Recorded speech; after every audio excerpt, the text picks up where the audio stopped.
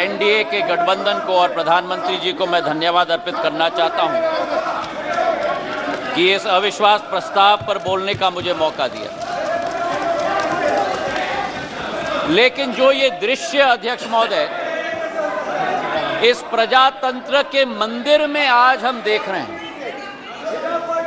जिस प्रजातंत्र के मंदिर में इस देश की संस्कृति, इस देश का सद्भाव, इस देश की विचारधारा निर्मित की जाती है, जिस प्रजातंत्र के मंदिर से देश की 140 करोड़ जनता अपनी प्रेरणा लेती है, उस प्रजातंत्र के मंदिर में ये स्पष्ट हो गया है, अध्यक्ष महोदय, कि इन लोगों को ना देश की चिंता है, ना प्रधानमंत्री के पद की चिंता है, ना राष्ट्रपति के पद की चिंता है। इनको तो केवल अपनी हैसियत की चिंता है। ये देश को पूर्ण रूप से स्पष्ट हो गया। अध्यक्ष महोदय, मुझे 20 साल हो गए हैं इस संसद में, मेरा अपना सौभाग्य मैं मानता हूं, लेकिन ऐसा दृश्य मैंने 2 दशक में नहीं देखा है कि जिस तरीके से देश के सर्वोच्च पद के व्यक्ति 140 करोड़ जनता के हृदय में स्थापित इस देश के प्रधानमंत्री के प्रति जो शब्दों का उपयोग विपक्ष के द्वारा किया गया है, मैं मानता हूं कि सदन के सामने नहीं, लेकिन देश की जनता के सामने इन्हें माफी मांगनी चाहिए। आज जो दृश्य हम देख रहे हैं, अध्यक्ष महोदय, कि अविश्वास प्रस्ताव के आधार पर, अध्यक्ष महोदय, मैं आपका संरक्षण चाहूंगा। ये बोलने के लिए कभी तैयार हो जाते हैं, लेकिन सुनने के लिए तैयार नहीं होते। ना देश की जनता की ठोक कर 2 बार चुनाव में नतीजा हजम करने के लिए तैयार है, ना सदन की बात सुनने के लिए तैयार है। आज जो स्थिति उत्पन्न हुई है, अध्यक्ष महोदय, जो अविश्वास प्रस्ताव लाया गया है, सर आपका संरक्षण मैं चाहता हूं, इनको कंट्रोल किया जाए। देश की जनता ने तो अपना पूरा परिणाम इनके चेहरे पे दिखा दिया। जो जनता के सामने नहीं कर पा रहे, वो आज सदन में बैठ के कोशिश कर रहे हैं करने के लिए। जो अविश्वास प्रस्ताव इनके द्वारा यहां लाया गया, यह अविश्वास प्रस्ताव मणिपुर की बात नहीं है। मिशन मणिपुर के आड़ में ये अपनी राजनीतिक रोटियां सेकने के लिए आज यहां उपस्थित हुए हैं। पिछले 2 दिन से मैं सुन रहा हूं, अध्यक्ष महोदय, हम इनको भी बता दें कि अगर ये इनका वर्ताव रहा तो इनकी बात भी इस प्रजातंत्र के मंदिर में हम सुनने नहीं देंगे। पूर्ण रूप से स्पष्ट करना चाहते हैं, अध्यक्ष महोदय, जो आज जो इस क्षेत्र में और इस सदन में प्रस्तुतिकरण हुई है, ये वो बादल है जो गरजना चाहते हैं लेकिन बरसते नहीं। ये वो बादल है जो चर्चा में रहना चाहते हैं लेकिन चर्चा सुनना नहीं चाहते। अध्यक्ष महोदय, आज अध्यक्ष महोदय, ये अविश्वास प्रस्ताव जो लाया गया है, सारे आवश्यक विमर्श एक तरफ रखे गए हैं और इनकी हट एक तरफ है। हमारे देश के प्रधानमंत्री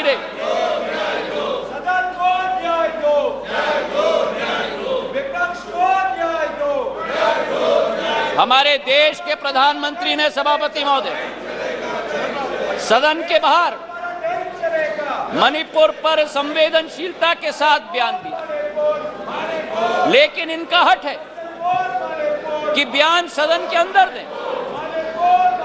गृह मंत्री जी ने यहां बैठकर दिन प्रतिदिन स्पष्ट किया कि जिस दिन जिस घंटे पे आप चर्चा करना चाहते हैं, हम तैयार है करने के लिए।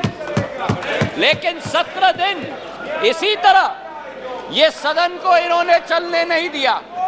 17 दिन मजबूर करके स्थगित किया।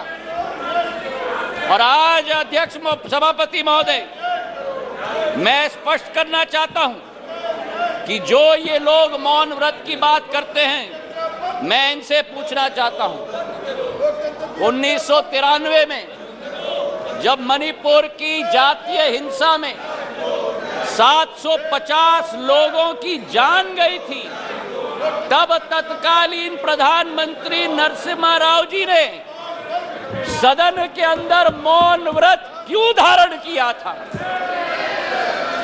इसका जवाब ये दें। और केवल सन 1993 में नहीं, लेकिन 2011 में जब मणिपुर में 123 दिन ब्लॉकेड चला, जातीय हिंसा चली, तब उस समय में भी तत्कालीन प्रधानमंत्री मनमोहन सिंह जी ने सदन के अंदर मौन व्रत क्यों धारण किया था? इसका उत्तर भी ये लोग दें। तो सभापति महोदय, मैं आपसे पूछना चाहता हूं कि ये अगर दोगली राजनीति नहीं है, ये अगर पॉलिटिक्स ऑफ कन्वीनियंस नहीं है, तो क्या है? मैं पूछना चाहता हूं। आज सभापति महोदय, लोकतांत्रिक व्यवस्था पर मैं इनको भाषण नहीं दूंगा, लेकिन जो इनकी अवसरवादी सोच है, उसका पर्दाफाश पूरे देश के जनता के समक्ष में रखना चाहता हूं। ये जो समूह है I.N.D.I.A.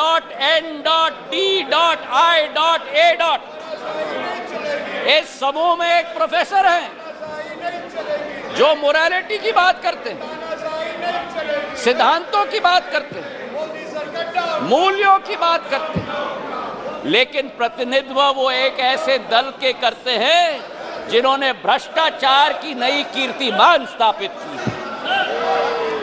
इस I.N.D.I.A. समूह में एक ऐसी समूह की नेत्री है, जिस समूह की नेत्री सोचती है कि कश्मीर को भारत के साथ जोड़ना सबसे बड़ी भूल है। ये इनका असली चरित्र है। मुझे लगता है आप बहाना ढूंढ रहे हैं बाहर जाने का। ये उचित नहीं है, ये उचित नहीं है। कार्यकर्ता ने आपने अविश्वास प्रस्ताव लाया, उसका उत्तर सुनिए आप। ये बिल्कुल मर्यादाहीन व्यवहार करना, उसके बाद वॉकआउट करना, ये लोकतांत्रिक संसदीय व्यवस्था की दृष्टि से उचित नहीं है। नो, बिल्कुल गलत बात है ये। आपका इस प्रकार से बहाना लेकर के बाहर जाना, ये बिल्कुल संसदीय व्यवस्था का अपमान है। ये बात कृपा करके नोट करिए आप लोग, प्लीज। Honourable minister, please.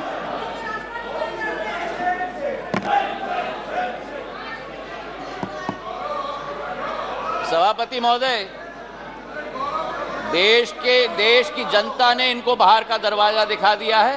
अब सदन से भी स्वयं बाहर जा रहे हैं।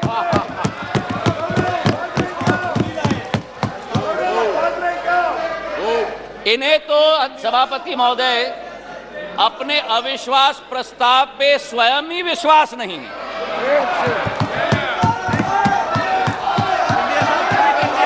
सुन लो, धैर्य रखो और सुन लो। इतने उत्तेजित मत हो। जो देश की जनता ने परिणाम दिया है वो स्वीकार करो। अब सभापति महोदय, इनके जो एक समूह है I.N.D.I.A. घमंडिया समूह, उस समय में समूह में आम आदमी पार्टी के कार्यकर्ता ने स्वयं यूपीए सरकार पर 2G और कोल स्कैम का PI लगवाया, और आज कांग्रेस का हाथ आपके साथ। ये स्थिति अंदर की बात। और वही स्थिति सभापति महोदय, हमारे टीएमसी के साथी यहां बैठे हुए थे, जिस टीएमसी के बारे में अधीरदा रोज इस सदन में लपक कर भ्रष्टाचार की बात करते थे, चिटफंड की बात करते थे, अपने संसदीय क्षेत्र में कार्यकर्ताओं की कत्लों की बात कर रहे थे, आज वही कांग्रेस पार्टी और वामपंथी दल हाथ में हाथ उस टीएमसी के साथ मिला रहे हैं। सभापति महोदय, तो ये इनकी असलियत है। और जो मैं कहना चाहता हूं सभापति महोदय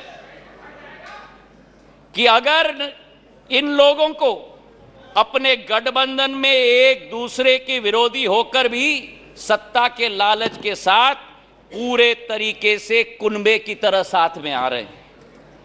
आरजेडी और जेडीयू की बात करें, लालू प्रसाद यादव जी पर जो रोजगार का आरोप लगाया था, जमीन पर रोजगार का एक्ट का आरोप लगाया था, वो जेडीयू के वर्तमान के अध्यक्ष ने स्वयं सीबीआई को सबूत अपने हाथों से दिलवाया था और आज दोनों हाथ में हाथ मिलाकर चल रहे हैं।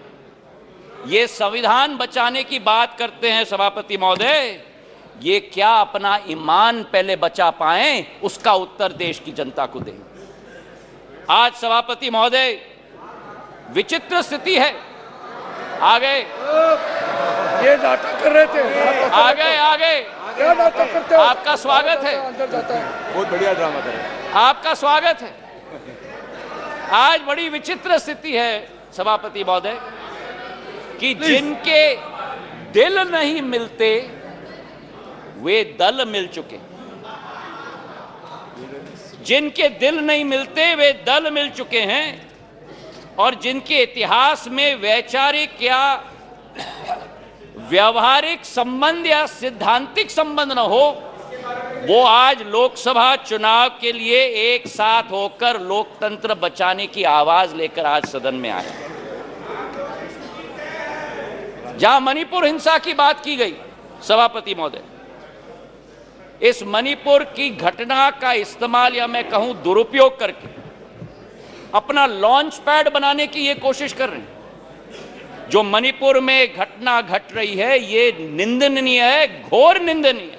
कोई भी भारतीय नागरिक इसका सपोर्ट नहीं कर सकता। हम सबके लिए ये घोर निंदनीय घटना है। लेकिन अध्यक्ष महोदय, सभापति महोदय, अगर भारत के इतिहास के काले पन्ने पलटें तो मैं पूछना चाहता हूं, सन 1964 के बंगाल के दंगे के समय में ये मौन क्यों थे? और अगर सन 1964 की हम बात न करें तो सन 84 के सिख दंगों के समय में जब 4000 हमारे सिख भाई बहनों को जिंदा जलाया गया था, तब ये मौन क्यों थे? मेरठ के सन 87 के दंगों के समय में ये मौन क्यों थे? और सन 1990 से 30 साल जो कश्मीर में 40,000 लोगों की मौत हुई और कश्मीर जल रहा था, तब ये मौन क्यों थे? और मैं अधीर रंजन जी का जो शब्द था, जो अंग्रेजी का कोटेशन उन्होंने दिया, इन सभी समय में एवरी मॉर्निंग सभापति महोदय, new widows were हाउलिंग, every morning new children were crying, every morning new houses were falling. और मूक दर्शक के रूप में हमारे ये साथी बैठकर सरकार में बैठे हुए थे। आज यहां बैठकर गौरव गोगोई जी ने, सब्र रखो, सब्र रखो, आराम से सुनो, सब्र रखो, थोड़ा सीख लो। गौरव गोगोई जी ने आसाम अकॉर्ड की बात की। जिस आसाम अकॉर्ड की बात की, उस आसाम अकॉर्ड का क्रियान्वयन कांग्रेस की सरकार ने कभी की? आज मैं पूछना चाहता हूं कि हमारे पड़ोसी देश बांग्लादेश के साथ 68 वर्षों में हमारे बॉर्डर को निर्धारित नहीं किया था।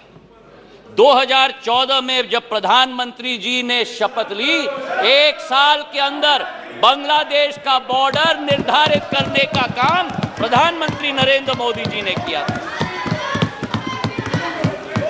अगर सच्चाई मैं बताऊं, प्लीज उत्तेजित मत हो, उत्तेजित मत हो गौरव। नो अगर बोलते हो तो सुनने की क्षमता रखो, सुनने की क्षमता रखो। बैठिए, जनता ने आपकी चिल्लाने को आप बैठ जाइए, बैठ जाइए। सभापति महोदय, नॉर्थ ईस्ट की सारी समस्या कांग्रेस की तुष्टीकरण की राजनीति के साथ शुरुआत हुई, जब उनको अपनी फायदा नॉर्थ ईस्ट में विदेशी घुसपैठियों को अंदर लेकर उनको नागरिकता देने की कावियात की शुरुआत और शरण और पहचान देने की कावियात की शुरुआत। चार्जशीट सभापति महोदय बड़ी लंबी है। 1960 के दशक में जब मणिपुर में अलगाववादी समूह ने हिंसा की शुरुआत की, जब वो जन्म हुआ तो वो कौन था जो उनके साथ बैठकर चर्चा करने के लिए तैयार था?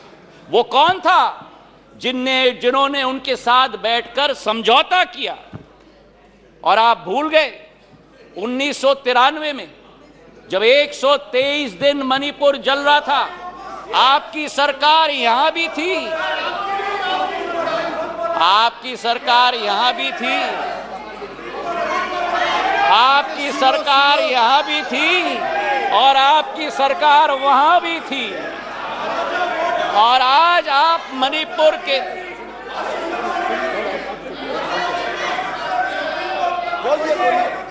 और आज सभापति महोदय अधीर दा उठकर कह रहे थे कि मणिपुर के सांसद क्यों नहीं बोले। उस समय मणिपुर का सांसद इस सदन में रोते रोते हुए उनका वक्तव्य क्या था इस संसद में मैं पूछना चाहता हूं। जब आपकी सरकार यहां भी थी और आपकी सरकार वहां भी थी, मणिपुर के सांसद ने इस संसद में 1993 में वक्तव्य दिया। उन्होंने कहा, and I quote, the state government is helpless, it has no funds, the state government cannot even afford to purchase weapons for the security persons to fight the insurgents. Please, ये सुनिएगा, please think that Manipur is a part of this country. It affects the whole nation. शायद कांग्रेस के नेता को इन शब्दों को सुनना चाहिए था कल यहाँ भाषण देने के पहले। मुझे आज सभापति महोदय मुजफ्फर वारसी जी की शब्द याद आती और मैं कोट करना चाहता हूं, औरों के ख्यालात की लेते हैं तलाशी, औरों की ख्यालात की लेते हैं तलाशी और अपने गिरबान में झांका नहीं जाता। आज ये स्थिति उत्पन्न हो गई है। तथ्यों के आधार पर अगर हम बात करें, कल गृह मंत्री जी ने सदन में पूरा व्याख्यान दिया। इनके मंत्री संतरी न तंत्री एक बार भी मणिपुर गए। हमारे गृह मंत्री 3 दिन वहां रात दिन बिताए हैं। हमारे राज्य मंत्री ने 23 दिन, नित्यानंद राय जी ने मणिपुर में बैठकर स्थिति का जायजा लिया। आज राहत राशि वहां पहुंची है, अनाज पहुंचा है, वर्चुअल सिस्टम से स्कूल्स चल रही हैं, आर्मी की फोर्स पहुंची है, इवैक्यूएशन में हम मदद कर रहे हैं। जो भी हम लोग कोशिश कर रहे हैं, और आंकड़े की आप बात करते हो तो आंकड़े की पुष्टि करो। ये पिछले 9 साल मणिपुर में सबसे शांतिपूर्ण समय रहा है इंसर्जेंसी के दृष्टिकोण से। आपके 10 साल से 3 गुना कम इंसर्जेंसी हुई है और 6 गुना कम सिविलियन डेथ्स आज मणिपुर में हुआ है। सभापति महोदय, नॉर्थ ईस्ट की जब हम बात करते हैं, नॉर्थ ईस्ट की जब हम बात करते थे 1 दशक पहले, तो चित्र हमारे दिमाग में आता था, हिंसा का चित्र आता था, आतंक का चित्र आता था, अस्थिरता की चित्र आती थी। और उसके पीछे एक कारण है। उसके पीछे कारण यह है कि दशकों से जो सरकार रही थी, उनकी सोच विचारधारा थी कि अगर बॉर्डर विलेजेस में और उत्तर पूर्वी क्षेत्र में अगर विकास किया तो वहां जागरूकता उत्पन्न होगी, इसलिए उन्हें विकास से वंचित रखा जाए। हमारे प्रधानमंत्री ने 2015 में, देश के प्रधानमंत्री ने पहला कदम लिया। जो भी हिंसक संगठन थे मणिपुर के, उनके विरुद्ध सर्जिकल स्ट्राइक करके म्यांमार तक खदेड़ के भेज दिया था सभापति महोदय। और उसके बाद पहला कदम जो लिया, विकास व्यापक सोच के साथ, एक विचारधारा के साथ, उन्होंने एक विकास का मंत्र दिया सभापति महोदय, विकास का मंत्र दिया हीरा, क्योंकि उत्तर पूर्वीय क्षेत्र भारत का हीरा है। हीरा मतलब हाईवे, हीरा मतलब इंटरनेट, हीरा मतलब रेलवेज, हीरा मतलब एविएशन। और जिस उत्तर पूर्वी क्षेत्र में केवल 2500 करोड़ का रेलवे बजट होता था, आज 10,000 करोड़ रुपए का रेलवे बजट है। सभापति महोदय, आपको आश्चर्य होगा कि मेघालय जैसे राज्य को 100 साल इंतजार करना पड़ा जब तक प्रधानमंत्री नरेंद्र मोदी जी नहीं बने, कि मेघालय को अपने 100 साल में पहला स्टेशन मिला जब बीजेपी और एनडीए की सरकार बनी। नागालैंड को 100 साल बाद शोकुवी में एक रेलवे स्टेशन, दूसरा रेलवे स्टेशन मिला। और इसी के साथ साथ जब यूपीए की सरकार थी, उस समय सड़क की प्रगति और विकास, गडकरी साहब जो यहां बैठे हुए हैं, 1.5 किलोमीटर प्रतिदिन की कछुआ चाल के आधार पर चलती थी। प्रधानमंत्री नरेंद्र मोदी जी और गडकरी जी की जोड़ी ने आज उत्तर पूर्वी राज्य में 3.5 किलोमीटर प्रतिदिन की रफ्तार से आज सड़क बनाने का काम किया। हाईवेज और ब्रिजेस की जाल बनी। किरेन रिजिजू के साथ मेरा प्रवास वहां हुआ है। हमने दोनों देखा है कि भारत में अगर पानी पर सबसे लंबा पुल बना है, तो अगर कहीं बना है तो ढोला सदय ब्रिज ब्रह्मपुत्र पर हमारे असम के राज्य में बना हुआ है। और उसी के साथ किसी ने कभी कल्पना नहीं की थी उत्तर पूर्वी राज्यों के बारे में, पर उत्तर पूर्वी राज्य को विश्व के साथ जोड़ने का अगर संकल्प किसी का रहा, तो भारत को म्यांमार और थाईलैंड के साथ सुपर हाईवे बनाने का काम प्रधानमंत्री नरेंद्र मोदी जी का रहा। मुझे तो आश्चर्य हुआ सभापति महोदय कि इनके अरुणाचल प्रदेश और सिक्किम, हमारा भी है पर मेरे साथी हैं, अरुणाचल प्रदेश के हमारे वहां के भी सांसद मेरे साथी, पर अरुणाचल प्रदेश और सिक्किम, दो उत्तर पूर्वी राज्यों में आजादी के 67 वर्ष बाद भी एक भी एयरपोर्ट नहीं। 9 सालों में अरुणाचल में एक नहीं लेकिन 3 एयरपोर्ट, तेजू, पासीघाट और होलोंगी बनी है, और सिक्किम में पाक्योंग। जिस अरुणाचल प्रदेश में केवल 9 हवाई अड्डे थे, आज उस अरुणाचल प्रदेश में सभापति महोदय 17 हवाई अड्डे हैं। 17 हवाई अड्डे जो 7 सिस्टर्स कहलाती थी, उस समय में ये 7 निग्लेक्टेड सिस्टर्स थी। लेकिन प्रधानमंत्री जी के आने के बाद आज उत्तर पूर्व में प्रधानमंत्री जी के पूर्वोदय के मंत्र के साथ विकास का एक नया उदय पूर्वोदय में हो रहा है। मुझे दुख भी हुआ सभापति महोदय, और मुझे आश्चर्य भी हुआ। हमारी कोशिश रहती है कि इस संसद में कभी भी व्यक्तिगत आक्षेप, हम एक दूसरे के साथ सहमत ना हो, हम एक दूसरे की नीतियों पर, हमारी नीयत पर कटाक्ष जरूर करें, पर व्यक्तिगत आरोप कभी नहीं होना चाहिए। और जो आरोप इस हाउस में किया गया कल सभापति महोदय, मुझे आश्चर्य भी हुआ और दुख भी हुआ जब राहुल गांधी जी ने सदन में कहा कि प्रधानमंत्री के लिए मणिपुर हिंदुस्तान का भाग नहीं। मैं बताना चाहता हूं आपको सभापति महोदय कि जिस प्रधानमंत्री ने उत्तर पूर्वी राज्य को विश्व के साथ जोड़ा है, जिस प्रधानमंत्री का उत्तर पूर्वी क्षेत्र के साथ दिल का रिश्ता है, जिस प्रधानमंत्री ने भारत के दुश्मनों को उत्तर पूर्वी राज्य से खदेड़ कर बाहर कर दिया हो, जिस प्रधानमंत्री के रोम रोम में भारत माता बसती हो, जिस प्रधानमंत्री ने भारत कश्मीर को भारत के अभिन्न अंग बनाने के लिए अनुच्छेद 370 रद्द किया हो, श्यामा प्रसाद मुखर्जी के सपने को एक विधान, एक प्रधान और एक निशान को साबित किया हो। मैं बताना चाहता हूं विपक्ष को, सभापति महोदय, कि भारत को अलग अलग टुकड़ों में देखने की विचारधारा आपकी है, हमारी नहीं। हमारे सभापति महोदय,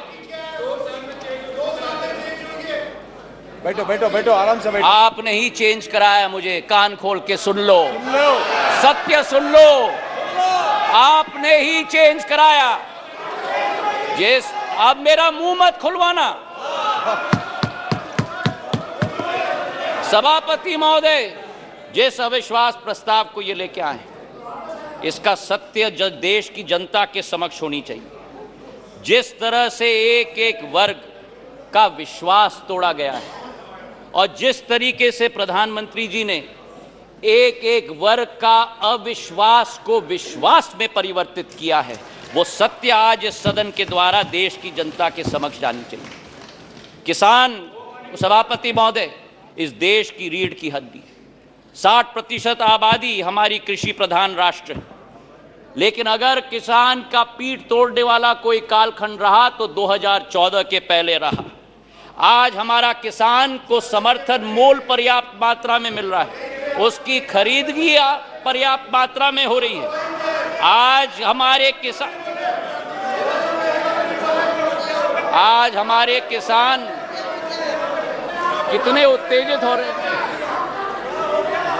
सभापति महोदय, खुजली बहुत आती है, खुजली बहुत आती है, खुजली बहुत आती है। आज हमारे किसान को, सभापति महोदय, धान की खरीदी में 90% वृद्धि हुई है, गेहूं की खरीदी में 75% वृद्धि हुई है। नरेंद्र सिंह जी यहां बैठे हुए हैं। हमारे समर्थन मूल्य की हम बात करें, 2014-15 में धान की एमएसपी 1360 थी, आज धान की एमएसपी 2183 है, 60% की वृद्धि हुई है। कल कपास की बात की गई, कपास की एमएसपी हम बात करें, कपास की एमएसपी 3350 रुपए होती थी, आज वही कपास की एमएसपी बढ़कर 6620 हो चुकी है, 80% की वृद्धि हो गई। सोयाबीन की एमएसपी 2560 रुपए होती थी, आज 4600 रुपए हो चुकी है, 80% की वृद्धि हुई है। तो जहां हमारे देश का किसान, हमारे देश का अन्नदाता समृद्ध हो चुका है, उसी के साथ साथ किसान के लिए जो सीमांत हमारा कृषक है, 80% हमारा कृषक आज भी सीमांत कृषक है, उसके लिए एक सुरक्षा कवच के रूप में किसान सम्मान निधि के जरिए 6000 रुपया प्रति वर्ष 11.5 किसानों के खातों में 2,40,000 करोड़ रुपए प्रधानमंत्री ने पहुंचाने का कार्य किया। यही अंतर है तुष्टीकरण और संतुष्टीकरण के बीच में, सभापति महोदय।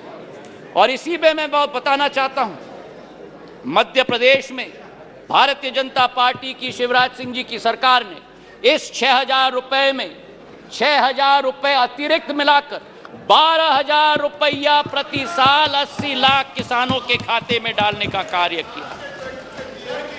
हमारे देश के पूर्व प्रधानमंत्री अटल बिहारी वाजपेयी जी का एक सपना था, उनका एक सपना था कि इंटरलिंकिंग ऑफ रिवर्स होना चाहिए, और आज उनके सपने को अगर साकार किया है तो प्रधानमंत्री नरेंद्र मोदी जी ने Ken Betwa interlinking of reverse के आधार पर किया है। 42,000 करोड़ रुपए की योजना, उत्तर प्रदेश और मध्य प्रदेश के 13 जिलों को मिलाकर 60 लाख लोग प्रभावित होंगे। ये वो बुंदेलखंड क्षेत्र है जिसने अपने इतिहास में सूखी माटी के अलावा कुछ नसीब नहीं किया था। अध्यक्ष सभापति महोदय, आज वहां 11 लाख हेक्टेयर की सिंचाई होगी, 105 मेगावाट की ऊर्जा का सर्जन होगा। और उसी के साथ इस परिवर्तन के स्केल पे भी मैं बात करना चाहता हूं। यह परिवर्तन का स्केल आजादी से 2003 तक 56 साल कांग्रेस की सरकार रही, 56 साल 7.5 लाख हेक्टेयर की सिंचाई हुई थी।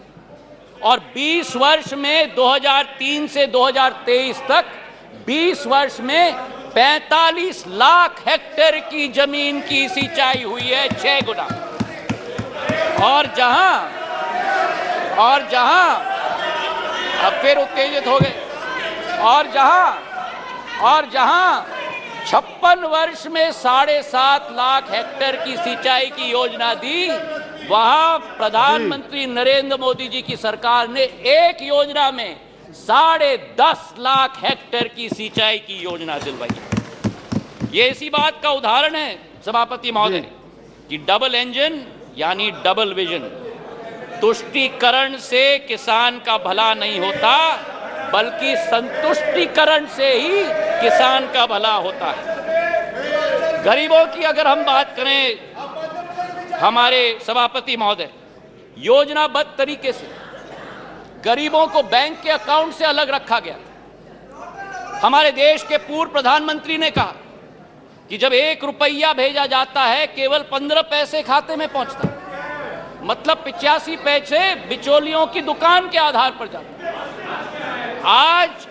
आज हमारे प्रधानमंत्री के द्वारा, नरेंद्र मोदी जी के द्वारा 50 करोड़ जन धन अकाउंट स्थापित करके 25 लाख करोड़ रुपए गरीबों के खाते में डालने का कार्य किया गया है सभापति महोदय।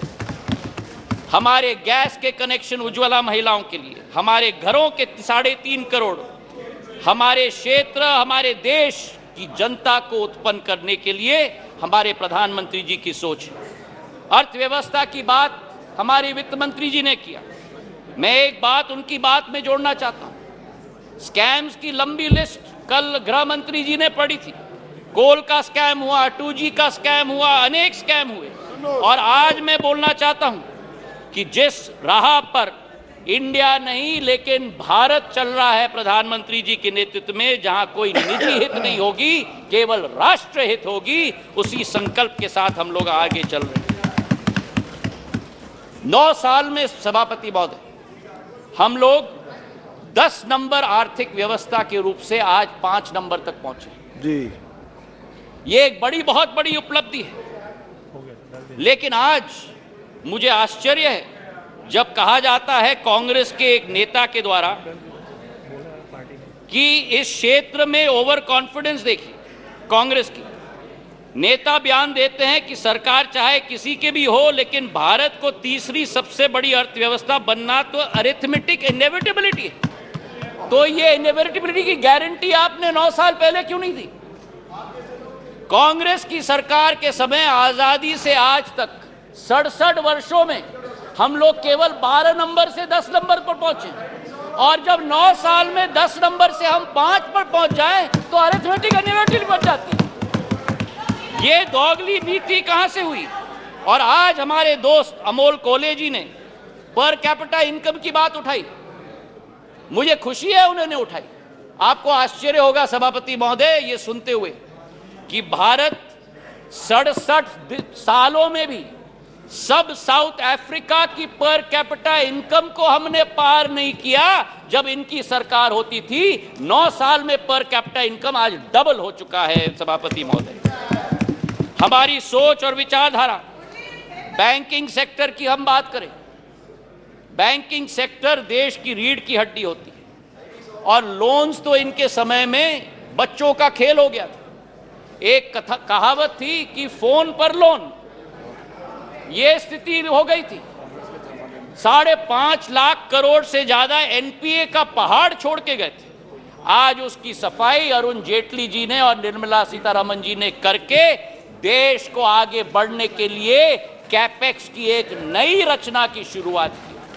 कभी हम कल्पना कर सकते थे कि भारत में 10 लाख करोड़ रुपए का कैपेक्स का प्रोग्राम होगा, और इंफ्रास्ट्रक्चर का कैपेक्स का प्रोग्राम भी ऐसे कि 10 साल में 15,000 किलोमीटर की रेलवे लाइन बनी, और एनडीए सरकार के समय में 26,000 किलोमीटर की रेलवे लाइन बनी। हाईवे की निर्माण की बात करें तो 67 वर्षों में 91,000 किलोमीटर के हाईवे, और 9 वर्षों में, गडकरी साहब जी यहां बैठे हैं, 55,000 किलोमीटर की हाईवे 9 सालों में 1,45,000 किलोमीटर की हाईवे बनी। और यही स्थिति सिविल एविएशन के क्षेत्र में 74 एयरपोर्ट 67 वर्षों में और 148 एयरपोर्ट 9 वर्षों के अंदर। और इसी के साथ जो हमारा पावर डेफिसिट कंट्री था, आज पावर सरप्लस हो गया है। हम लोग स्टील इंपोर्टर होते थे, आज स्टील एक्सपोर्टर बन गए। 216 गीगावाट से 420 गीगावाट पर पहुंच चुके हैं। कोल के मामले में 565 बिलियन टन से 900 मिलियन टन, और इस वर्ष 1 बिलियन टन का उत्पादन देश करेगा कोल का। सभापति महोदय, मैं ये कहना चाहता हूं कि ये अरिथमेटिक इनएविटेबिलिटी नहीं है। आज भारत जो 2014 में 5 मिनट और 2014 में दूसरे देशों पर निर्भर होता था, प्रधानमंत्री जी ने आत्मनिर्भरता का सिग्नल दिया। जिस देश में हम लोग झोली निकालकर वैक्सीन की भीख मांगते थे, आज उसी भारत में 2 वैक्सीन का आविष्कार होता है और उत्पादन होता है। 220 करोड़ टीके लगते हैं, कोविन का एप्लीकेशन लगता है, एप्पल से एयरबस मैन्युफैक्चरिंग फैसिलिटी लगा रही है, सेमीकंडक्टर से चंद्रयान 3। आज भारत का तिरंगा झंडा भारत में नहीं, विश्व में नहीं, चांद पर लगाने का संकल्प प्रधानमंत्री जी का है। ऑटो के सेक्टर में 7 नंबर से 3 नंबर, टेलीकॉम के सेक्टर में 12 नंबर से 2 नंबर। ये अरिथमेटिक इनएविटेबिलिटी नहीं है, ये सशक्त नेतृत्व और दक्षतापूर्ण सरकार का परिणाम है। मेरे सभापति महोदय, प्रधानमंत्री जी का संकल्प है कि तीसरी पारी में भारत वे वर्ल्ड क्लास इंफ्रास्ट्रक्चर गांव-गांव तक हम पहुंचाएंगे। ये मोदी जी की गारंटी है। तो आज सभापति महोदय, ये स्वच्छ इंडिया अभियान की बात कर रहे हैं। ये कहते हैं कि नफरत के बाजार में मोहब्बत का दुकान लाएंगे। इनका दुकान तो भ्रष्टाचार का दुकान है, झूठ का दुकान है, तुष्टीकरण का दुकान है, अहंकार का दुकान है। केवल का नाम दुकान का बदलते हैं, सामान वही है। राहत इंदारी जी के शब्द मुझे याद आते हैं कि नए किरदार आते जा रहे हैं, मगर नाटक पुराना चल रहा है। मैं ये कहना चाहता हूं कि अधीर रंजन चौधरी जी ने स्वयं कहा कि ये मजबूरी का गठबंधन है। मैं उनको कोट करना चाहता हूं। उन्होंने एक इंटरव्यू में कहा था, अधीरदा ने, सबको लगा है कि इस समय जो मोदी शाह का जगरनॉट चलते हैं, सबको लगा है कि इस समय जो मोदी शाह के जगरनॉट चलते हैं, सबको एकजुट होना जरूरी है। ये मजबूरी है। पॉलिटिक्स में तो मजबूरी रहती है। आज ये अविश्वास प्रस्ताव इसलिए लेके आए हैं। मैं ये पूछना चाहता हूं कि कौन सी इंडिया की आवाज ये उठाते हैं जब विदेश जाकर 2 इंडियाज की बात करते हैं। ये कौन सी इंडिया की आवाज उठाते हैं जब गलवान में हमारे सेना के शौर्य और उसी के साथ सर्जिकल स्ट्राइक पर उंगली उठाते हैं। ये कौन से इंडिया की आवाज करते हैं जो कोरोना जैसी भीषण समस्या में राजनीति पर उतर जाते हैं। और आज पिछले 2 दिनों से सभापति महोदय, मैं सुन रहा हूं विपक्ष को, कोई महाभारत की बात कर रहा है, कोई रामायण की बात कर रहा है, कोई राम की बात कर रहा है, कोई रावण की बात कर रहा है।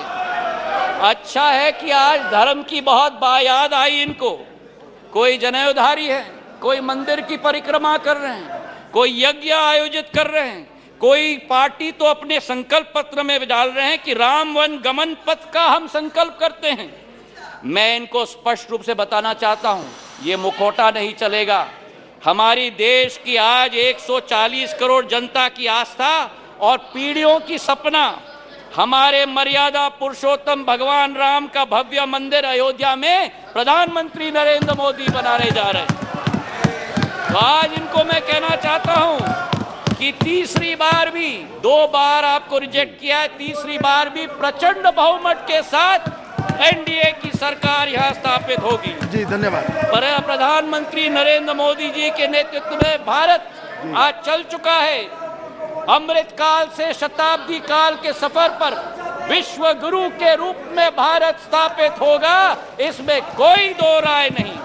और आप इस सत्य को अपने झूठ के साथ पराजित नहीं कर सकते। मैं अंत में 4 लाइन करके अपना बात समाप्त करता हूं। नागफनी पुष्प दे नहीं सकते, नागफनी पुष्प दे नहीं सकते, भ्रष्टाचारी जनहित सोच नहीं सकते। नागफनी पुष्प दे नहीं सकते, भ्रष्टाचारी जनहित सोच नहीं सकते। आपातकाल लगाने वाले संविधान की रक्षा कर नहीं सकते। जनता विरोधी की जिनका रहा है इतिहास, कितने भी चेहरे बदल ले, कितने भी चेहरे बदल ले, जनता के हो नहीं सकते। जी धन्यवाद। श्री विजय हंसदा जी।